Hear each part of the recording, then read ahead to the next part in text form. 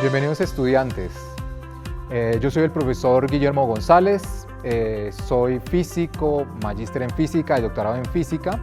A continuación vamos a ver un video sobre la parte teórica del movimiento parabólico. El movimiento parabólico es uno de los movimientos con aceleración constante, entonces hay más movimientos con aceleración constante. Por ejemplo, la caída libre es un movimiento con aceleración constante. Por ejemplo, un cuerpo deslizándose a lo largo de un plano inclinado es un movimiento con aceleración constante, etc. Entonces hay todo un conjunto de movimientos con aceleración constante. El movimiento parabólico es uno de ellos.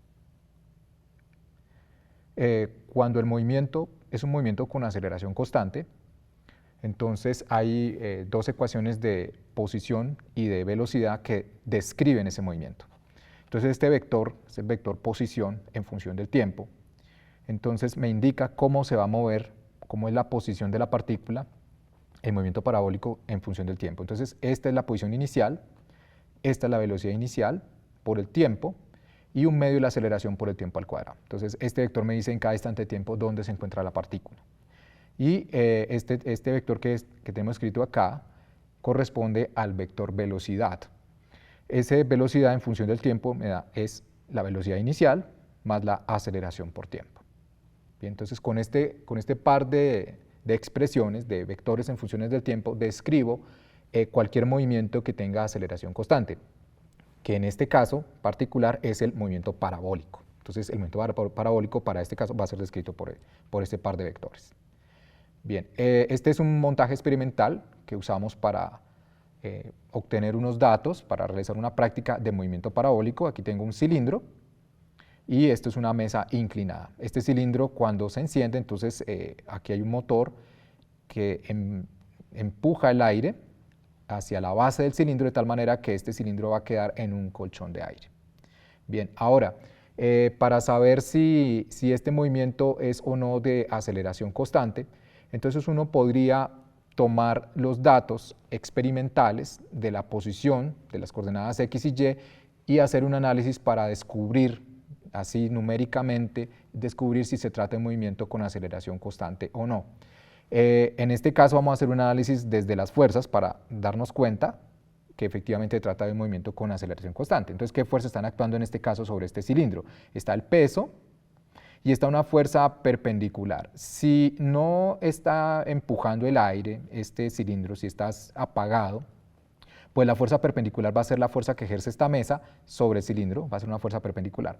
Pero en el caso cuando ya se enciende el motor que expulsa aire, entonces ya realmente quien le va a ejercer la fuerza perpendicular realmente va a ser el aire. Este va a quedar con un colchón de aire y ese colchón de aire va a eliminar las fuerzas tangenciales, es decir, va a eliminar el rozamiento, que es el objetivo pues, de esta construcción que se hace en el laboratorio.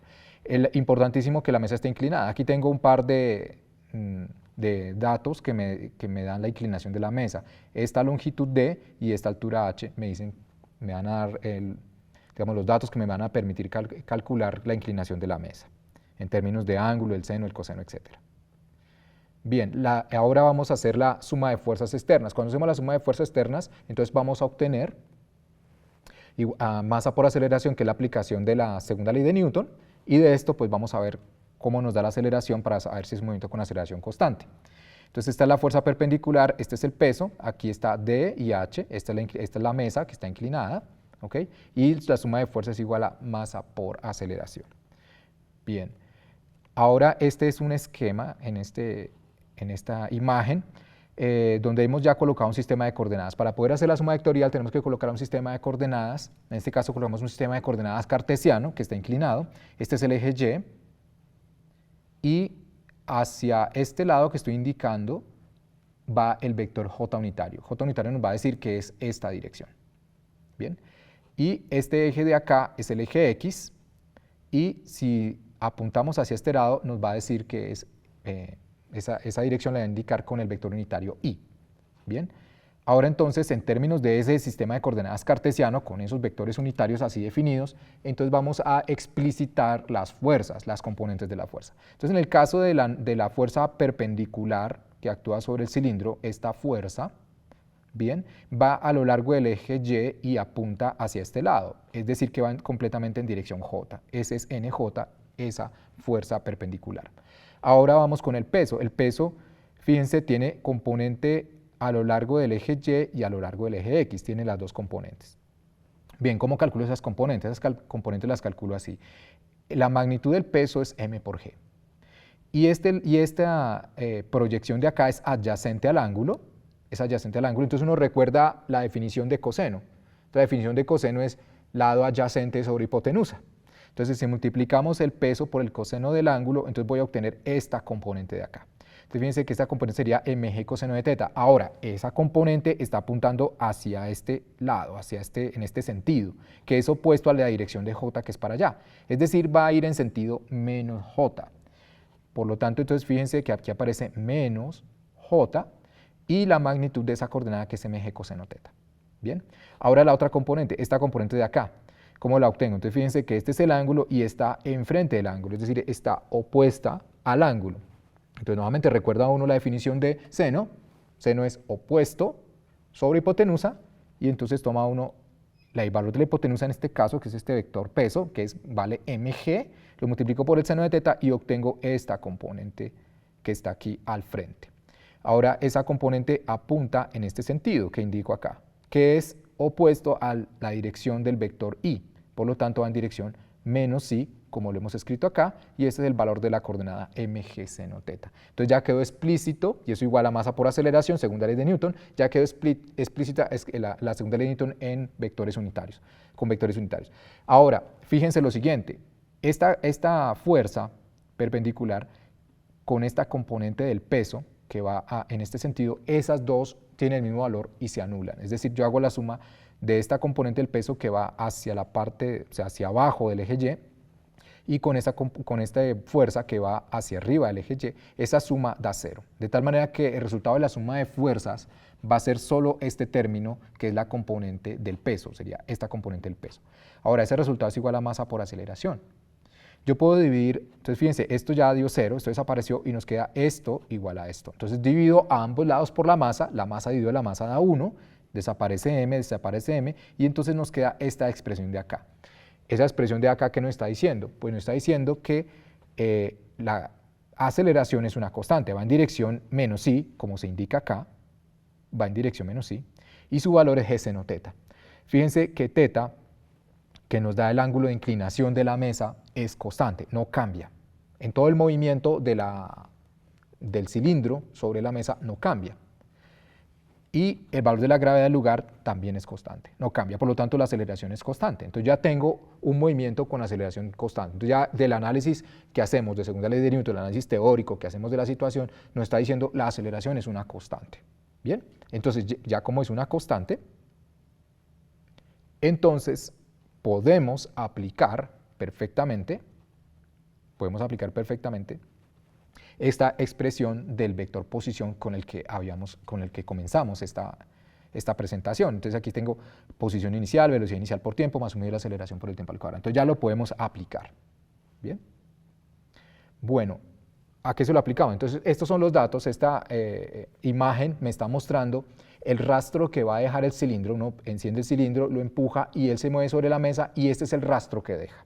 Entonces yo voy a tomar los datos con los cuales yo voy a hacer mis cálculos, los voy a tomar de esta imagen que aparece acá. Entonces eso me lo da en el laboratorio, obtengo esta imagen, que este rastro que deja el cilindro, y le coloco ahora un sistema de coordenadas para comenzar a hacer el análisis.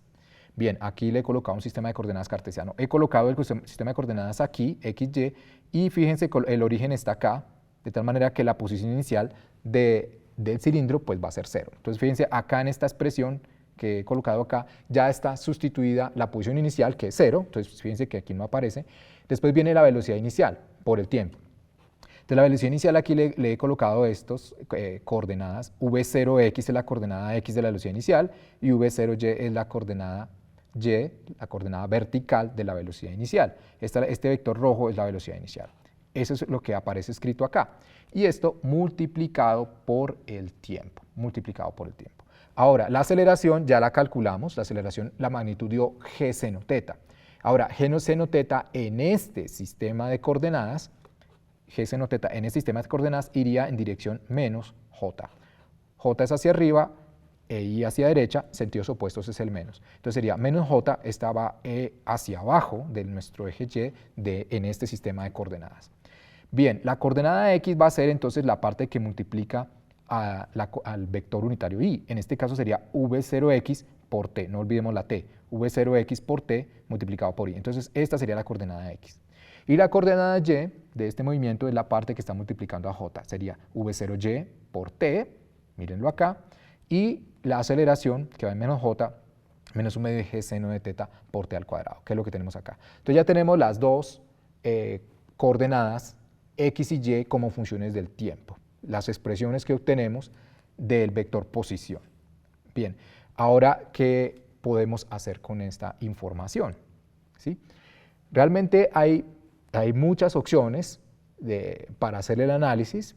Aquí presentamos dos que consideramos importantes, presentamos dos. ¿Cuáles son esas dos? Entonces, teniendo en cuenta que es un movimiento con aceleración constante que viene de los datos obtenidos del laboratorio. Bien, entonces, fijémonos en lo siguiente, la coordenada x y la coordenada y, entonces, en el caso de la x, la relación con el tiempo es lineal. Dice, pero ¿dónde obtengo el tiempo? Entonces, en el laboratorio nos dio esta traza, estas punticos, estas rayas nos los da el laboratorio. Y uno también tiene la frecuencia con la cual el cilindro está haciendo las marcas. Por lo tanto, yo en el laboratorio voy a tener datos en X, datos en Y. ¿Cómo tengo los datos en X? Pues una de estas yo miro, lo proyecto, este es X, y lo proyecto en el eje Y, tengo XY. Y además de eso sé el número de marca que es y con la frecuencia obtengo cuánto tiempo ha transcurrido. Entonces voy a tener X, Y y el tiempo en el laboratorio. Del laboratorio voy a obtener esos datos. De tal manera que con esos datos que obtengo en el laboratorio puedo hacer una regresión lineal. ¿Por qué la hago lineal? Porque yo lo que espero, teóricamente espero que la relación entre X, la coordenada de X y el tiempo es una relación de proporcionalidad. La proporcionalidad en este caso es dada por la coordenada X de la velocidad. Entonces yo hago una regresión lineal. Para el caso de la coordenada vertical, de la coordenada Y, ¿qué tipo de regresión debo hacer? Debo hacer una regresión cuadrática. ¿Por qué? Porque esto es un polinomio cuadrático. Entonces hago una regresión cuadrática porque es lo que espero teóricamente.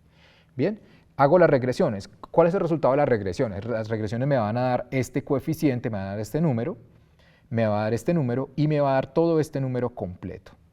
De tal manera que con esos datos que obtengo las regresiones yo puedo obtener perfectamente, por ejemplo, este dato no lo tenía, la velocidad inicial, coordenada x y coordenada y de la velocidad inicial, lo puedo obtener de los datos. También puedo obtener de esos datos de las regresiones, puedo obtener el valor completo de esta expresión y puedo verificar si el valor de la aceleración que calculé analíticamente se parece o no se parece al dato que obtengo de la aceleración usando la regresión cuadrática. Bien, ese es un camino posible de análisis. Ahora, el otro camino posible de análisis es obtener una ecuación, digamos una ecuación de trayectoria, es decir, una ecuación que me relaciona el x y el y directamente sin el tiempo.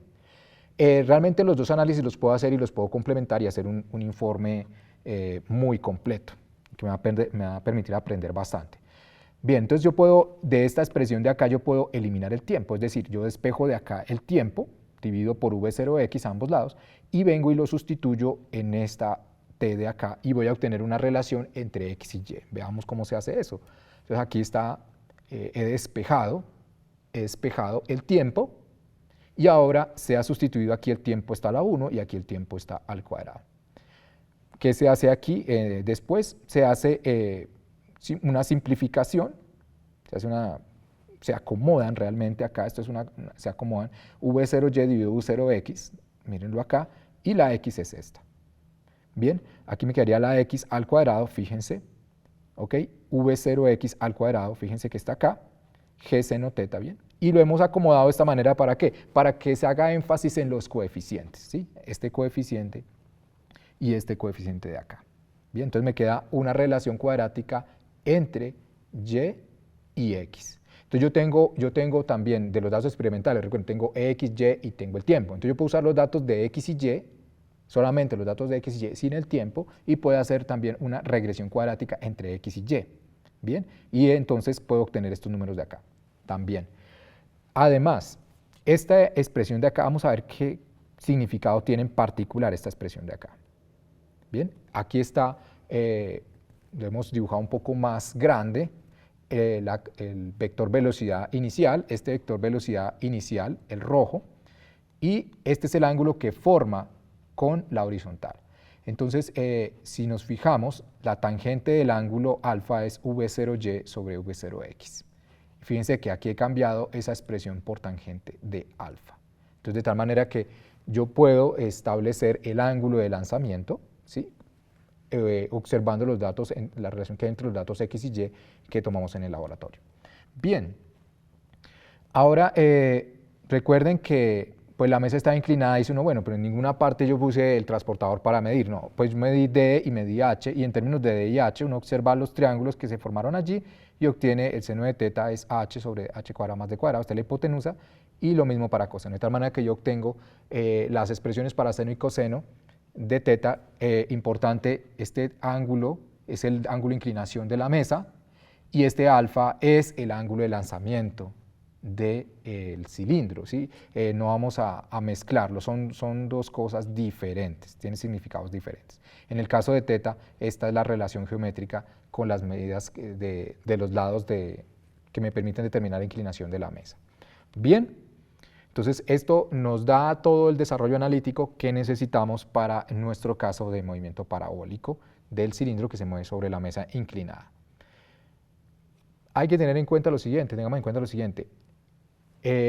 Es necesario que uno haga los cálculos, entonces aquí vimos unos cálculos, es necesario que uno repita los cálculos que se presentaron aquí para realmente aprender. De pronto uno los ve, de pronto los ve sencillos, pero se requiere hacer el trabajo analítico, que uno se siente, lo repita, lo repase para uno entender bien qué está sucediendo y realmente aprenderlo, incorporarlo.